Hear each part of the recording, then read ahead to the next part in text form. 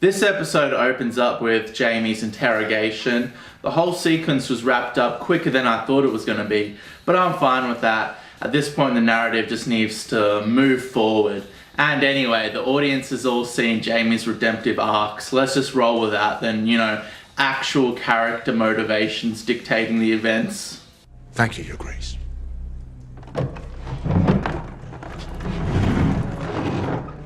I feel like with this giant surplus of Dragonstone that the coming conflict could actually be won, and that just takes away from the tension that could be gained from this forthcoming battle.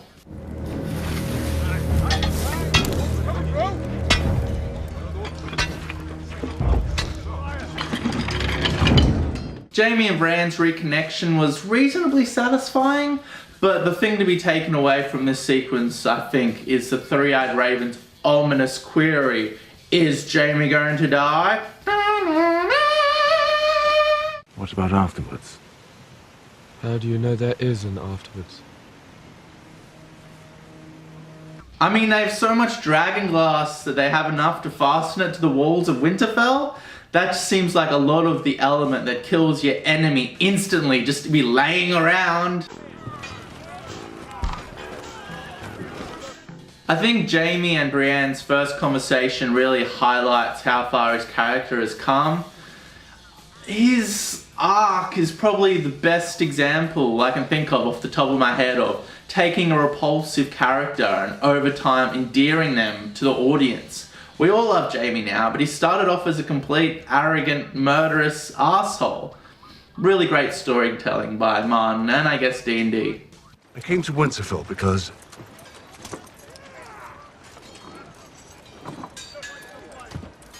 I'm not the fighter I used to be. But I'd be honored to serve under your command, if you'll have me. I like how Sansa and Daenerys found some level of understanding with each other, but during this sequence the only thing that I was thinking was kiss, kiss, kiss, kiss, kiss, kiss! I should have thanked you the moment you arrived. That was a mistake. I'm here because I love your brother. And I trust him. And I know he's true to his word. He's only the second man in my life I can say that about. Who was the first? Someone taller.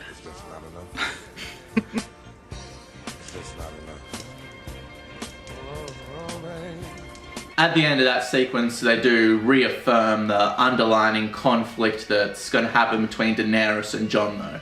So that's good. I like that dynamic, the tearing of their relationship. What about the North? It was taken from us. We took it back, and we said we'd never bow to anyone else again. What about the North?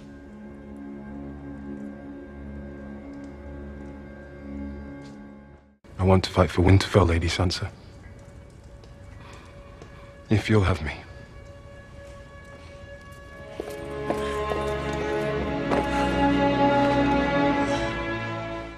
Yay! Theon's redemptive arc is now 100% complete.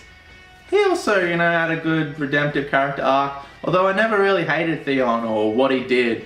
I kind of understood him portraying Robb just based on the fact that he was kidnapped and he never really connected with his father or his true family.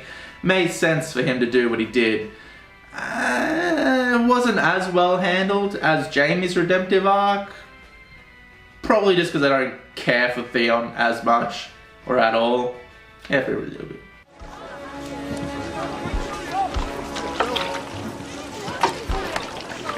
My lord, we're not soldiers.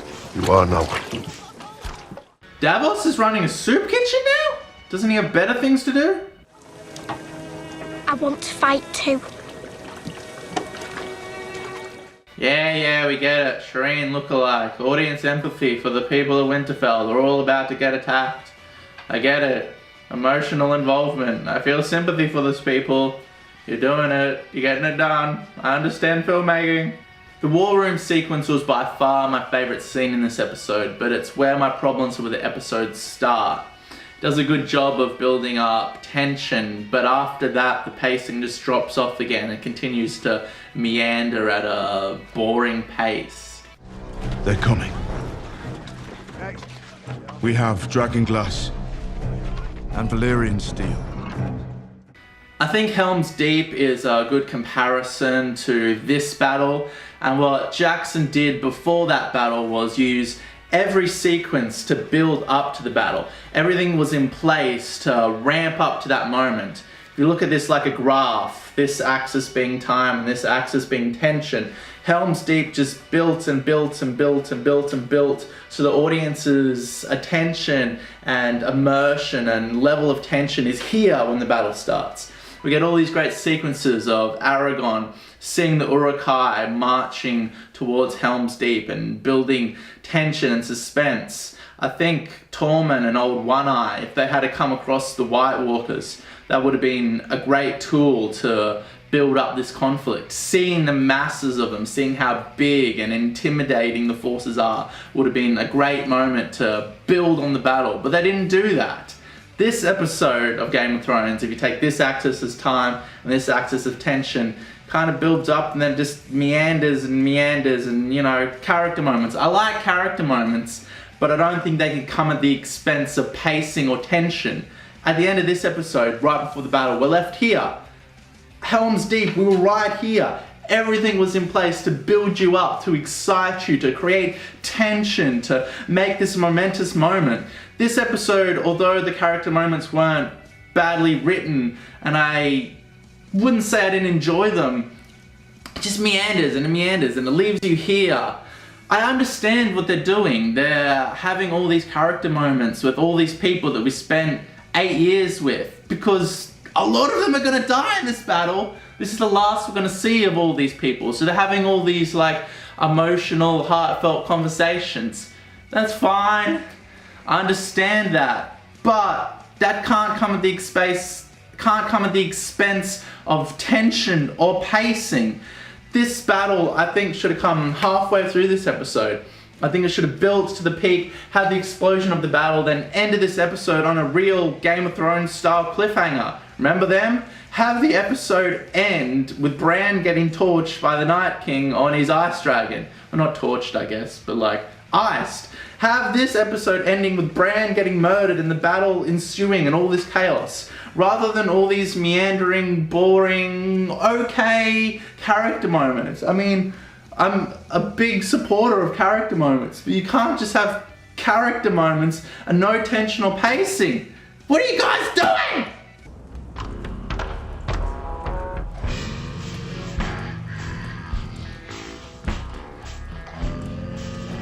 It's strange, isn't it?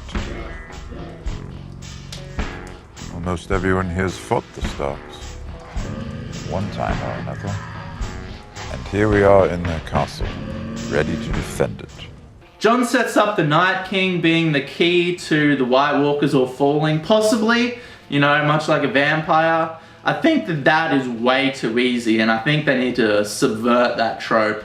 If that's how this conflict ends, it'll be very disappointing for me. The Night King made them all. They follow his command. If he falls, getting to him may be our best chance. I do really like the idea of them using Bran as bait in the Godswood though.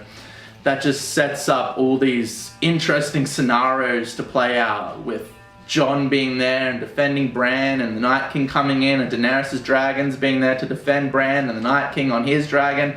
That just sounds amazing to me, and I can't wait till next week. We need to lure him into the open before his army destroys us all. I'll wait for him in the Godswood. You want us to use you as bait? We're not leaving you alone out there. He won't be. I'll stay with him. Seems really weird that they didn't at all mention the Night King's dragon in the war room. That seems important. But this interview with B.D. Wise implies that their plan's gonna just completely fall to shit, and the Night King and the White Walker's gonna do something completely unexpected that pulls them off guard, that catches them off guard, so that's awesome. The most important thing about that scene is understanding the lay of the land and understanding what their intentions are, what their plans are, what their expectations are, so we know what we're looking at. The Night King made them all. They follow his command. Things may not go entirely according to plan, so we thought it was very important for people to know what everyone in the room expected to happen, was worried would happen, hoped would happen. All those lovey-dovey sequences with Grey Worm and Miss Andy, I mean, what's her name? Whatever her name is, I don't care. I mean, it was just obvious that one of them's gonna die and they're just setting that up. Oh, we love each other. One of us is gonna die. I would say that they might subvert that, but you know, that was really a Martin thing. D&D haven't really done the subversion of expectation things. That was Martin's shtick. And I will take you there. My people are peaceful. We cannot protect ourselves. My people are not peaceful. We will protect you. Hey, it's Ghost! They found some money in the budget to put him in the show again. Although, very briefly. We told her yet. Of all the character moments in this episode, the one that hit home for me the most was definitely Sam, John, and Ed on the wall talking. Not the wall, but the Winterfell wall. Those characters have just been through so much together, and we've all been there with them on this journey. And now all three of them are there. No, Pip, or what was his name? Pip and Glenn? Gan and Pip? The other two, they're dead. But these characters are here. And yeah, I like that sequence. Think back to where we started. Oz, Gran, Pip. Now it's just us three. Last man left, burn the rest of us. Tormund's the best. I mean, we all love him. He's a fan favorite, and I'd already heard this story in the books, but it didn't take away from my level of enjoyment in it. The actor's execution was on point, as always. And then at the end, when he starts chugging the milk, we're like, is he drinking fucking Giant's milk now? Where did he get that from? I just love him. He's the best.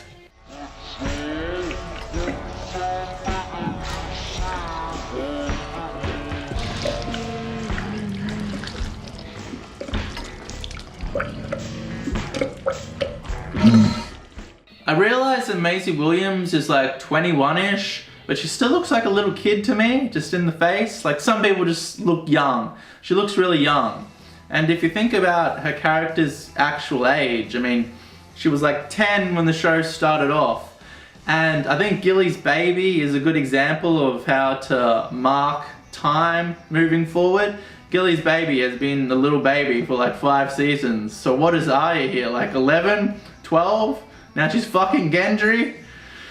I mean, I get it. Her character isn't supposed to be 12, but really her character is like 12. And I get it, Maisie Williams is old, but Maisie Williams doesn't look old. Maisie Williams looks like a little kid. So that scene, that was a bit weird for me. I was like, oh Jesus, Gendry. Fucking a 12-year-old now, man. I mean, it is medieval times, so that shit isn't frowned on as much as now, but yeah, a little weird for me, a little weird.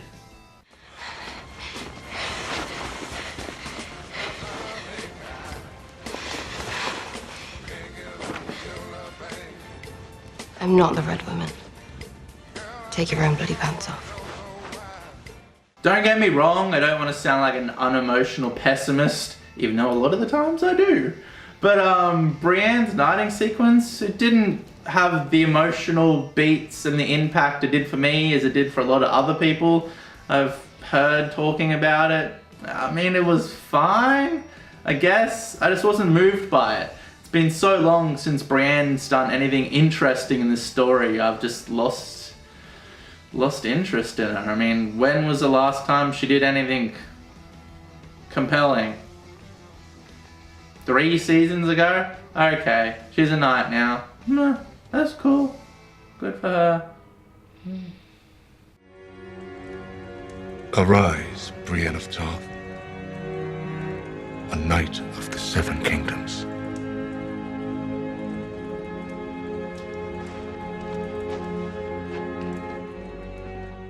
If it were true, it would make you the last male heir of House Targaryen. It also means that you've been fucking your nephew? Nah, you don't care about any of that. It's just about the legitimacy of Jon's heritage and that he could take your position and the rightful throne to the Seven Kingdoms. Yeah, doesn't even cross her head. Hey, I'm in love with my nephew and I've been fucking him. That'd be the first thing that would come to my mind. Oh, Jesus, we're related? Fuck! But no, not Daenerys. Daenerys is just like, oh, you're gonna take my power, my position. No, my power! You've been fucking your nephew.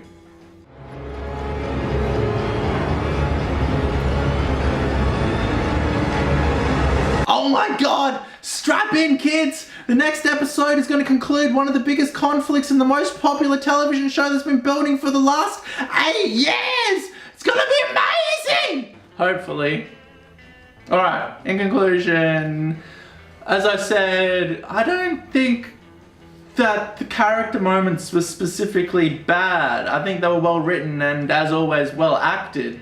But I think pacing wise, this episode just meandered and trudged along rather than do what it should have done, which was build maximum tension and engagement to the moment where the battle drops, so you have the audience right up here just as the White Walkers crash through the walls and we see all these people in the chaos. So it just felt like filler, and I felt myself being bored and losing interest with all these forced character moments, I guess. But, you know, we're here now, and I am still excited for the battle, so hopefully it's good. Thank you for watching, and it'd really help out if you could like, subscribe, and in the comments tell me how I got all the facts wrong and how my opinion is null and void. Thank you, and good night.